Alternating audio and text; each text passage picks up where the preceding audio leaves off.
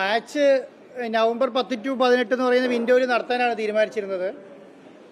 അത് നമുക്കതിൻ്റെ ഫിഫേൻ്റെ അനുമതി കിട്ടാത്തതുകൊണ്ട് നമ്മളത് അടുത്ത വിൻഡോയിലേക്ക് മാറ്റാൻ വേണ്ടി തീരുമാനിച്ചിട്ടുണ്ട്. ഇത് ഫിഫ വിൻഡോയിലുള്ള മാച്ച് മാത്രമാണ്. ഇതൊരു ടീമിന് തീരുമാനം എടുക്കാൻ കഴിയില്ല. നവംബർ മാസത്തിലെ കളിക്ക് ഫിഫ അനുമതി നൽകിയിട്ടില്ല. പക്ഷേ മാർച്ച് മാസത്തിലെ വിൻഡോയ്ക്കുള്ള ആപ്ലിക്കേഷൻ മൂവ് ചെയ്തിട്ടുണ്ട്. ആ ആപ്ലിക്കേഷൻ മൂവ് ചെയ്യുന്ന പെർമിഷൻ കിട്ടിക്കഴിഞ്ഞാൽ അത് അനൗൺസ് ചെയ്യും.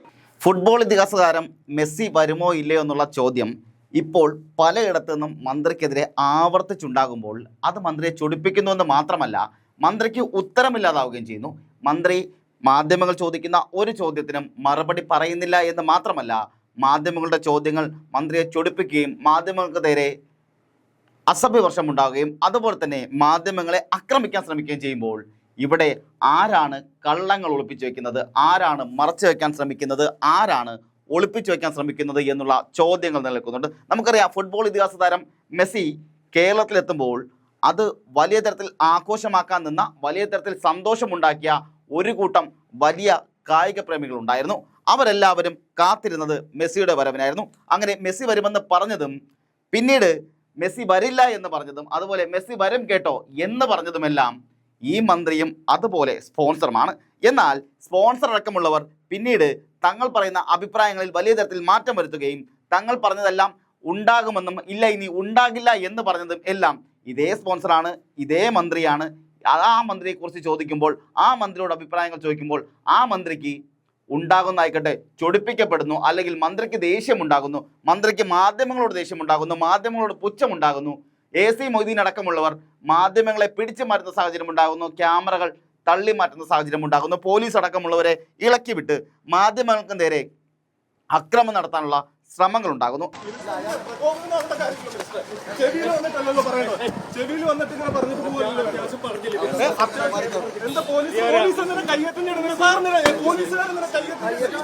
നല്ല സീൻ ഉണ്ടാക്കാനല്ല പോലീസ് എന്തിനാ കയ്യേറ്റം ചെയ്യുന്നത്?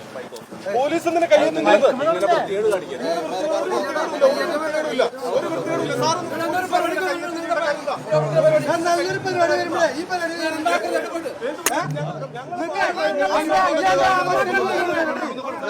നല്ലൊരു പരിപാടി വരുമ്പോ പിന്നെ പറഞ്ഞില്ലേ.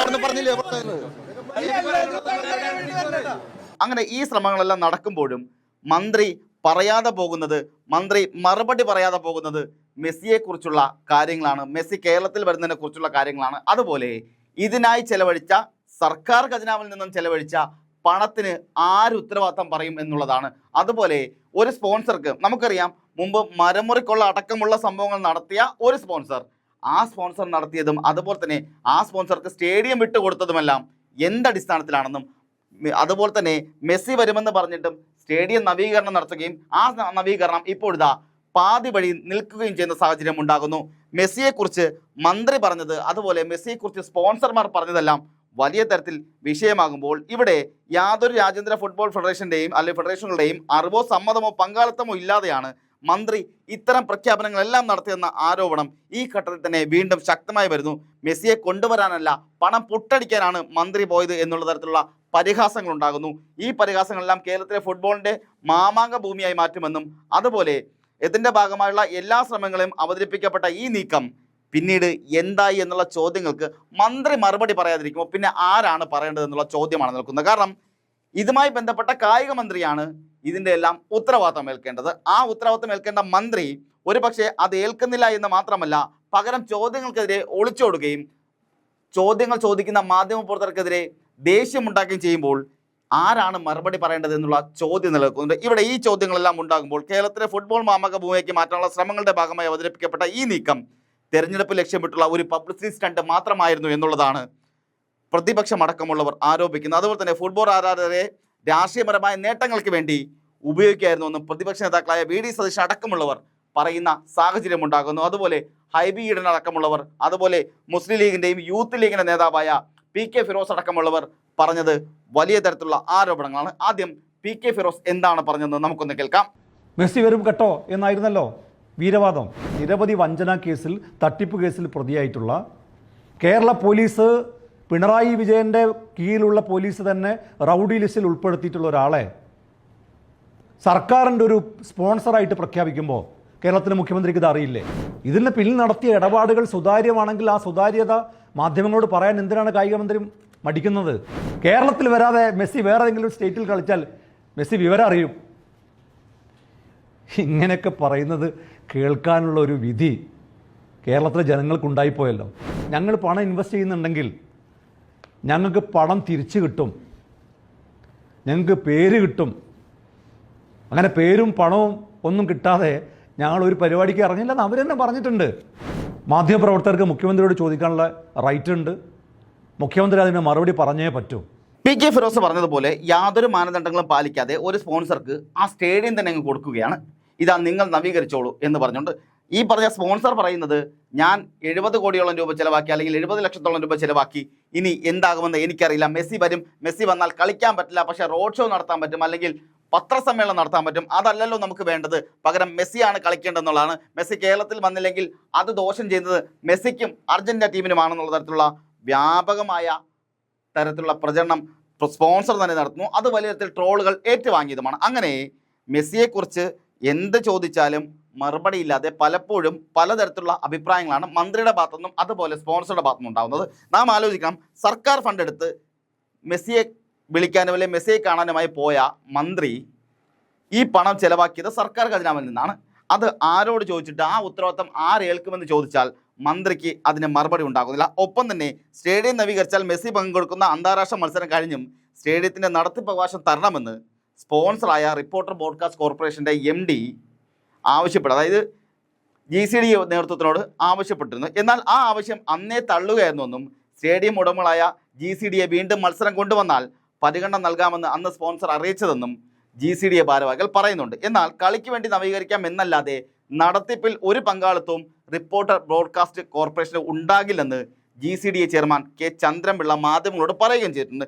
ഇതിനിടെ തന്നെ വലിയ തരത്തിൽ ആരോപണം ഉയരുന്ന ചോദ്യം, മെസ്സി മത്സരത്തിൻ്റെ പേരിൽ കലൂർ സ്റ്റേഡിയം സ്വന്തമാക്കി അത് വാടകയ്ക്ക് മറിച്ച് വിൽക്കാനുള്ള നീക്കമാണോ നടന്നെന്നുള്ള ആരോപണങ്ങളും ഈ തരത്തിൽ വലിയ തരത്തിൽ ചർച്ചയാകുന്നുണ്ട്. ഒപ്പം തന്നെ ഇവിടെ ഹൈബീഡൻ അടക്കമുള്ളവർ ഇതിന് വലിയ തരത്തിൽ ചോദ്യങ്ങളുമായി വന്നിട്ടുണ്ട്. ഹൈബീഡിനെ കുറിച്ചുള്ള ചോദ്യങ്ങൾ ചോദിക്കുമ്പോൾ, അത് ഹൈബീഡൻ പറഞ്ഞ വാക്കുകളെക്കുറിച്ചുള്ള ചോദ്യങ്ങൾ ചോദിക്കുമ്പോൾ അതിന് മന്ത്രിക്ക് മറുപടി ഉണ്ടാകുന്നില്ല. ആ ചോദ്യങ്ങൾക്കെതിരെ പ്രതികരിക്കുമ്പോഴാണ്, അല്ലെങ്കിൽ ആ ചോദ്യങ്ങൾ ചോദിക്കുമ്പോഴാണ് മാധ്യമപ്രവർത്തകർക്കെതിരെ ആക്രോശം ഉണ്ടാവുകയും മാധ്യമപ്രവർത്തകരോട് ചോദിക്കുമ്പോൾ, അല്ലെങ്കിൽ മാധ്യമപ്രവർത്തകർ ചോദിക്കുന്ന ഓരോ ചോദ്യങ്ങളും മന്ത്രി മെസ്സി എന്ന് കേൾക്കുമ്പോൾ തന്നെ മന്ത്രി മറുപടി ഇല്ല എന്നാണ് പറയുന്നത്. മെസ്സി എന്ന് കേൾക്കുമ്പോൾ മന്ത്രിക്ക് എന്തിനാണ് ഇത്ര പേടി എന്നുള്ള ചോദ്യം നിലനിൽക്കുന്നുണ്ട്. മന്ത്രി എന്തിനാണ് പേടിക്കുന്നത് എന്നുള്ള ചോദ്യം നിൽക്കുന്നുണ്ട്. മന്ത്രി എന്തിനാണ് മെസ്സിയെ പേടിക്കുന്നത്? ആ ചോദ്യം ചോദിക്കുന്നതും ഈ പറഞ്ഞ കായിക പ്രേമികളാണ്. കാരണം മന്ത്രിയാണ് പറഞ്ഞത് മെസ്സി വരും കേട്ടോ എന്ന്. അങ്ങനെ പറയുമ്പോൾ ആ മന്ത്രിയോടല്ലേ ജനങ്ങൾ ചോദിക്കേണ്ടത്? ആ മന്ത്രിയോടല്ലേ മാധ്യമങ്ങൾ ചോദിക്കേണ്ടത്? ആ മന്ത്രിയല്ലേ മറുപടി പറയേണ്ടത് എന്ന് ചോദിച്ചാൽ മന്ത്രി മറുപടി പറയുന്നില്ല. പകരം മന്ത്രി ചെയ്യുന്നത് മിണ്ടാതിരിക്കുകയാണ്.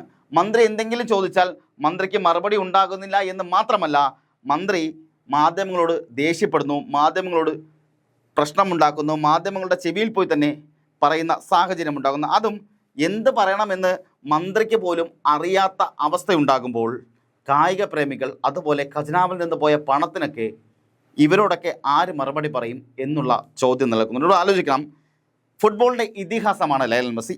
ആ മെസ്സി ലോകചാമ്പ്യന്മാരായ അർജന്റീന ടീമിനൊപ്പം ദേശീയ ടീമിന് കേരളത്തിൽ എത്തിക്കാനുള്ള ശ്രമങ്ങളെല്ലാം വലിയ തരത്തിൽ ആഘോഷിക്കപ്പെട്ടതാണ്. എല്ലാ കായിക പ്രേമികളും അതിൽ വലിയ സന്തോഷം കൊണ്ടതുമാണ്. എന്നാൽ അത് പിന്നീട് നടക്കില്ല എന്ന് വന്നതോടെ കായിക കേരളം വലിയ നിരാശയിലും അതുപോലെ തന്നെ രാഷ്ട്രീയ കോലാഹലമായി ഇത് മാറുകയും ചെയ്തു എന്നുള്ളത് യാഥാർത്ഥ്യമാണ്. മെസ്സി കലിപ്പിലാണ് ഇപ്പോൾ മന്ത്രി. മെസ്സിയെക്കുറിച്ച് ഒരു വാക്ക് പോലും മിണ്ടരുത് എന്നാണ് പറയുന്നത്. അതായത് ജോഷി ചതിച്ചാശാനെ എന്ന് പറയുന്നത് പോലെ മെസ്സി ചതിച്ചാശാനെ എന്നുള്ള ട്രോളുകളാണ് ഇന്ന് സോഷ്യൽ മീഡിയയിൽ നിറയുന്നത്. ഒപ്പം തന്നെ മന്ത്രിയോട് ചോദിക്കുമ്പോൾ മന്ത്രിക്ക് ഈ വിവാദങ്ങൾ പ്രതികരിക്കാനേ താല്പര്യമില്ല. കായിക മന്ത്രി V. അബ്ദുറഹ്മാൻ്റെ ആവർത്തിച്ചുള്ള പ്രഖ്യാപനങ്ങളും അതുപോലെ സംഘാടകർ നടത്തിയ അവകാശവാദങ്ങളുമെല്ലാം ഒടുവിൽ എല്ലാം പാളിപ്പോയ നിലവിലെ ഉത്തരവാദിത്തങ്ങളെല്ലാം ആരേറ്റെടുക്കുമെന്നുള്ളത് ചോദ്യമാണ്. ഇവിടെ ഒരു കളി നടക്കുമ്പോൾ, അതും പ്രത്യേകിച്ച് ലോക ചാമ്പ്യന്മാരായ ലോക കായിക പ്രേമികളുടെ തന്നെ നേതാവായ രാജാവായ മെസ്സി വരുമ്പോൾ, മിസിഹയായ മെസ്സി വരുമ്പോൾ അതിന് കലൂർ സ്റ്റേഡിയം ഇത്ര നവീകരിച്ചാൽ മതിയോ എന്നുള്ള ചോദ്യം നിലനിൽക്കുന്നുണ്ട്. അതുപോലെ ഹൈബീഡൻ ആവർത്തിച്ച് പറയുന്നുണ്ട്, കലൂർ സ്റ്റേഡിയത്തിന് ചുറ്റുമുള്ള മരങ്ങളെല്ലാം മുറിച്ചത് ആരുടെ ഉത്തരവാദിത്തമാണ്, ആരോട് ചോദിച്ചിട്ടാണ് ഈ മരങ്ങളെല്ലാം മുറിച്ചതെന്നുള്ളതാണ് ഹൈബീഡിന്റെ വാക്കുകൾ കൂടി നമുക്കൊന്ന് കേൾക്കാം. മെസ്സി വരുന്നില്ല എന്ന് പറയുമ്പോൾ എന്താണ് ഇനി സ്റ്റേഡിയത്തിൽ അടുത്തതായി നടക്കാൻ പോകുന്ന നിർമ്മാണ പ്രവർത്തനങ്ങൾ? അവിടുത്തെ മരങ്ങൾ മുഴുവൻ മുറിച്ചു മാറ്റിക്കൊണ്ടിരിക്കുകയാണ്. ഒരു റോട്ടിലുള്ള ഒരു മരം മുറിക്കണമെങ്കിൽ ഒരു 100 ടെക്നിക്കൽ കമ്മിറ്റീസിന്റെ ട്രീ കട്ടിംഗ് കമ്മിറ്റിയുടെ പെർമിഷൻ വേണം. അതിനുവേണ്ടി ഒരു കമ്മിറ്റി തദ്ദേശ സ്വയംഭരണ സ്ഥാപനങ്ങൾക്കുണ്ട്. അത് എവിടെ മരം മുറിക്കുന്നതാണെങ്കിലും, പ്രത്യേകിച്ചൊരു ഒരു ഗവൺമെന്റിന്റെ ഒരു പ്രോപ്പർട്ടിയിലെ ഒരു മരമാണെങ്കിൽ അതിന് ഒരുപാട് നിബന്ധനകളും നിയമാവലികളും ഉണ്ട്. ഇതെല്ലാം പാലിച്ചിട്ടാണോ ഈ നിർമ്മാണ പദ്ധതികൾ നടക്കുന്നത്? ഹൈബീഡൻ പറഞ്ഞ പോലെ ഈ മരങ്ങൾ മുറിച്ചതും അതുപോലുള്ള മറ്റു കാര്യങ്ങളുമെല്ലാം ഉത്തരവാദിത്തം ആരേറ്റെടുക്കും? സർക്കാരല്ലേ മറുപടി പറയേണ്ടത്? മന്ത്രിയല്ലേ മറുപടി പറയേണ്ടത്? ഇതിന് ഉത്തരവാദിത്തപ്പെട്ട ആൾക്കാരല്ലേ മറുപടി പറയേണ്ടത്? എന്നാൽ ഇവരെന്തുകൊണ്ട് മിണ്ടുന്നില്ല, എന്തുകൊണ്ട് ചോദ്യങ്ങളെ പേടിക്കുന്നു എന്നുള്ളതും നിൽക്കുന്നുണ്ട്. മന്ത്രി മറുപടി പറഞ്ഞേ പറ്റൂ. കാരണം ഇതിന്റെ ഉത്തരവാദിത്തം മന്ത്രിക്കാണ്. മന്ത്രി എത്ര നാൾ ജനങ്ങളിൽ നിന്നും മാധ്യമങ്ങളിൽ നിന്നും ഒളിച്ചോടുമെന്ന് കൂടി കണ്ടറിയേണ്ടിയിരിക്കുന്നു. ഇവിടെ അർജന്റീന ഫുട്ബോൾ അസോസിയേഷൻ AFA സന്ദർശനം സ്ഥിരീകരിച്ചിട്ടുണ്ടെന്ന് മന്ത്രി ആവർത്തിച്ചപ്പോഴും ഇതിനായി നടത്തിയ സ്പെയിൻ യാത്രയും ചെലവഴിച്ച പൊതുപ്പണവും വലിയ രാഷ്ട്രീയ ചർച്ചകൾക്ക് വഴിവെച്ചിരുന്നു. ഈ പണം എന്തടിസ്ഥാനത്തിൽ ഉപയോഗിച്ചു എന്നുള്ള ചോദ്യം നിൽക്കുന്നുണ്ട്. ഇവിടെ ഫുട്ബോൾ ഫെഡറേഷൻ്റെയും അതുപോലെ ഫിഫയുടെ ഒക്കെ അറിവോ പങ്കാളിത്തമോ ഒന്നുമില്ലാതെയാണ് ഇത്തരം പ്രഖ്യാപനങ്ങളെല്ലാം മന്ത്രി ആവർത്തിച്ച് നടത്തിക്കൊണ്ടിരുന്നത്. ആരോപണം ഈ ഘട്ടത്തിലെല്ലാം ശക്തമായത് മെസ്സിയെ കൊണ്ടുവരാനല്ല, പണം പുട്ടടിക്കാനാണ് മന്ത്രി ശ്രമിച്ചതെന്നും മന്ത്രി പോയെന്നുള്ള സമൂഹ മാധ്യമങ്ങളിൽ വലിയ തരത്തിലുള്ള ആക്ഷേപമുണ്ടായി. കേരളത്തിലെ ഫുട്ബോളിൻ്റെ മാമാങ്ക ഭൂമിയാക്കി മാറ്റാനുള്ള ശ്രമങ്ങളുടെ ഭാഗമായി അവതരിപ്പിക്കപ്പെട്ട ഈ നീക്കം തെരഞ്ഞെടുപ്പ് ലക്ഷ്യമിട്ടുള്ള ഒരു പബ്ലിസിറ്റി സ്റ്റണ്ട് മാത്രമാണെന്ന് പ്രതിപക്ഷമടക്കമുള്ളവർ ആരോപിച്ചു. അതേസമയം തന്നെ മെസ്സി സന്ദർശനത്തിൻ്റെ പ്രധാന സ്പോൺസർ തുടക്കം മുതലേ വൈരുദ്ധ്യമുള്ള നിലപാടുകളാണ് സ്വീകരിച്ചു വന്നത്. മെസ്സിയെയും ടീമിനെയും എത്തിക്കുന്നത് 70 കോടിയിലധികം രൂപയുടെ സാമ്പത്തിക ഇടപാടുകളെല്ലാം നടന്നതായി, അതായത് 70 കോടി രൂപയുടെ സാമ്പത്തിക ഇടപാടുകളെല്ലാം നടന്നതായും അതുപോലെ തന്നെ കൊച്ചിയിലെ ജവഹർലാൽ നെഹ്റു സ്റ്റേഡിയം ഫിഫ മാനദണ്ഡങ്ങൾക്കനുസരിച്ച് നവീകരിക്കുമെന്നും അവർ അവകാശപ്പെട്ടിരുന്നു. എന്നാൽ അർജന്റീനയുടെ ഔദ്യോഗിക ഷെഡ്യൂളെല്ലാം അനുസരിച്ച് പുറത്തു വരുമ്പോൾ ഈ ഷെഡ്യൂളെല്ലാം പുറത്തു വന്നപ്പോൾ കേരളം അതിൽ ഇല്ലാതിരുന്നത് വലിയ ആശയക്കുഴപ്പമാണ് ഉണ്ടാക്കിയത്. മെസ്സി വരില്ലെന്ന് മന്ത്രി ഒരു ഘട്ടത്തിൽ വ്യക്തമാക്കിയപ്പോൾ സ്പോൺസർ അത് നിഷേധിച്ചുകൊണ്ട് രംഗത്ത് വരുന്ന സാഹചര്യം ഉണ്ടായി. ഒടുവിൽ ഈ സ്പോൺസർ തന്നെ മാധ്യമങ്ങളെ പഴിക്കുന്ന സാഹചര്യമാണ് ഉണ്ടായത്. മാധ്യമങ്ങളാണ് വളച്ചൊടിക്കുന്നത്, മാധ്യമങ്ങളാണ് തെറ്റിദ്ധരിപ്പിക്കുന്നത്, മാധ്യമങ്ങളാണ് തെറ്റിദ്ധരിപ്പിക്കുന്ന വാർത്തകൾ കൊടുക്കുന്നതെല്ലാം സ്പോൺസർ ദേഷ്യപ്പെടുന്ന സാഹചര്യമുണ്ടായി. പിന്നീട് അർജന്റീന ഫുട്ബോൾ അസോസിയേഷനുമായി കരാർ ഒപ്പിട്ടത് തങ്ങളാണെന്നും എന്നാൽ അവർ കരാർ ലംഘിച്ചെന്നും സ്പോൺസർ ആരോപിച്ചു. ഇതിനിടയിലാണ് കേരളത്തിൽ വന്നില്ലെങ്കിൽ മെസ്സിക്ക് ഇന്ത്യയിൽ മറ്റൊരിടത്തും വരാൻ കഴിയില്ല എന്നുവരെയുള്ള അങ്ങേയറ്റം പ്രകോപനപരവും ഭീഷണിയുടെ സ്വരവുമുള്ള വാക്കുകളും പരാമർശങ്ങളും സ്പോൺസറുടെ ഭാഗത്തുനിന്നും ഉണ്ടായത്.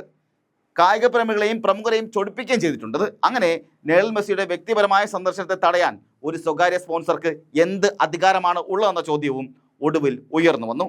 നവംബറിലെ ഫിഫ വിൻഡോയിൽ കളിക്കാൻ ആവശ്യമായ അനുമതി ലഭിച്ചില്ലെന്ന് സ്പോൺസർ തന്നെ സ്ഥിരീകരിച്ചതോടെ എല്ലാ വാദങ്ങളും പൊളിയുകയും ചെയ്തു. മെസ്സിയുടെ വരവിനായി ആവേശപൂർവ്വം കാത്തിരുന്ന കായിക പ്രേമികളെ അടക്കം അല്ലെങ്കിൽ അവരെ സംബന്ധിച്ചിടത്തോളം ഇതൊരു വെറും പൊള്ളയായ വാഗ്ദാനങ്ങൾ മാത്രമായി മാറുകയാണ് ഉണ്ടായത്. ആരാധകരെല്ലാം സോഷ്യൽ മീഡിയയിൽ മന്ത്രിക്കെതിരെയും അതുപോലെ സ്പോൺസർക്കെതിരെയും വലിയ തരത്തിലുള്ള പൊങ്കാലകൾ നടത്തുന്നുണ്ട്. അങ്ങനെ ആരാധകരെ കബളിപ്പിച്ചതിന് സ്പോൺസറും അതുപോലെ സർക്കാരും മന്ത്രിയും മറുപടി പറയണമെന്നും നൽകിയ വാക്ക് പാലിക്കാതെ രാഷ്ട്രീയ മുതലെടുപ്പിന് ശ്രമിച്ചത് നടപടി അംഗീകരിക്കാൻ കഴിയില്ല എന്നും ഇത് ജനങ്ങൾ തന്നെ പ്രതികരിക്കുന്നു. അതുപോലെ സൗജന്യമായി ഫാൻ ഷോ നടത്താമെന്ന മന്ത്രിയുടെ വാഗ്ദാനങ്ങളെല്ലാം അവസാനത്തെ വാഗ്ദാനം പോലും നഷ്ടപ്പെട്ട വിശ്വാസം തിരികെ കൊണ്ടുവരാനുള്ള ശ്രമത്തിൻ്റെതായിരുന്നു. അങ്ങനെ അതും നടക്കാതെ പോയി. അങ്ങനെ മന്ത്രിയെ ഇപ്പോൾ കായിക പ്രേമികൾക്ക് പോലും വിശ്വാസമില്ല എന്നുള്ള സാഹചര്യം ഉണ്ടാകുന്നു. കേരള കായിക ചരിത്രത്തിലെ ഏറ്റവും വലിയ അബദ്ധ പ്രഖ്യാപനങ്ങളിൽ ഒന്നായി ഇത് മാറുകയും ചെയ്തിട്ടുണ്ട്. പാഴായ വാഗ്ദാനങ്ങളുടെ പ്രതീകമായും മെസ്സി വിവാദം മാറിയിരിക്കുന്നു എന്ന് പറയേണ്ടി വരും. ഇവിടെ മെസ്സിയെക്കുറിച്ച് എന്ത് ചോദിച്ചാലും മന്ത്രിക്കറിയില്ല, സ്പോൺസർക്കറിയില്ല, പിന്നെ ആരാണ് അറിയേണ്ടത്, പിന്നെ ആരാണ് ഇതിന് മറുപടി പറയേണ്ടത് എന്നുള്ള പ്രസക്തമായ ചോദ്യം നിലനിൽക്കുമ്പോൾ മന്ത്രി രാഷ്ട്രീയ ലക്ഷ്യം വെച്ച് തെരഞ്ഞെടുപ്പ് ലക്ഷ്യം വെച്ച് മാത്രം നടത്തിയ ഒരു പൊളിറ്റിക്കൽ സ്റ്റണ്ട് മാത്രമായി ഇതിനെ കാണുന്നു. അതുപോലെ ഇതൊരു PR വർക്ക് മാത്രമായാണ് ജനങ്ങൾ കാണുന്നത്, പ്രതിപക്ഷം കാണുന്നത്. മറുപടി പറയേണ്ട ടീം അംഗങ്ങൾ അതുപോലെ മറുപടി പറയേണ്ട സ്പോൺസറുടെ ടീം അംഗങ്ങളൊന്നും മറുപടി പറയുന്നില്ല എന്ന് മാത്രമല്ല സ്പോൺസറുടെ മറുപടി ആയിക്കോട്ടെ അവിടെയും ഇവിടെയും തൊടാത്ത രീതിയിൽ മാറുകയും ചെയ്യുന്നു. ഇതിന് കായിക കേരളം ചോദ്യങ്ങൾ ചോദിച്ചുകൊണ്ടേയിരിക്കും. മന്ത്രി മറുപടി പറഞ്ഞേ പറ്റൂ, അതുപോലെ സ്പോൺസറും മറുപടി പറഞ്ഞേ മതിയാകൂ. കാരണം ഞങ്ങളുടെ പണമാണ് ഇതിനായി ഉപയോഗിച്ചിട്ടുള്ളത്. ഞങ്ങൾ നൽകിയിട്ടുള്ള നികുതി പണം എടുത്താണ് നിങ്ങൾ സ്പോൺസറെ പോയതും, അതായത് സ്പോൺസർ അടക്കമുള്ളവർ മെസ്സിയെ കാണാൻ പോയതും മെസ്സി വരുമെന്ന് അറിയിച്ചതും മന്ത്രിയാണ്. അങ്ങനെ ജോഷി ചതിശാശാനെ എന്ന് പറയുന്ന പോലെ മെസ്സി ചതിശാശാനെ എന്ന് പറഞ്ഞാലൊന്നും ഇവിടെ ജനങ്ങൾ മിണ്ടാതിരിക്കില്ല, കായിക പ്രേമികൾ മിണ്ടാതിരിക്കില്ല. കാരണം കായിക പ്രേമികളെ ആശിപ്പിച്ചത്, സ്വപ്നം കാണിച്ചതെല്ലാം നിങ്ങളാണ്. അതിന് ഉത്തരവാദിത്തം നിങ്ങൾ ഏറ്റെടുത്തേ മതിയാകും. മന്ത്രി മറുപടി പറഞ്ഞേ മതിയാകൂ.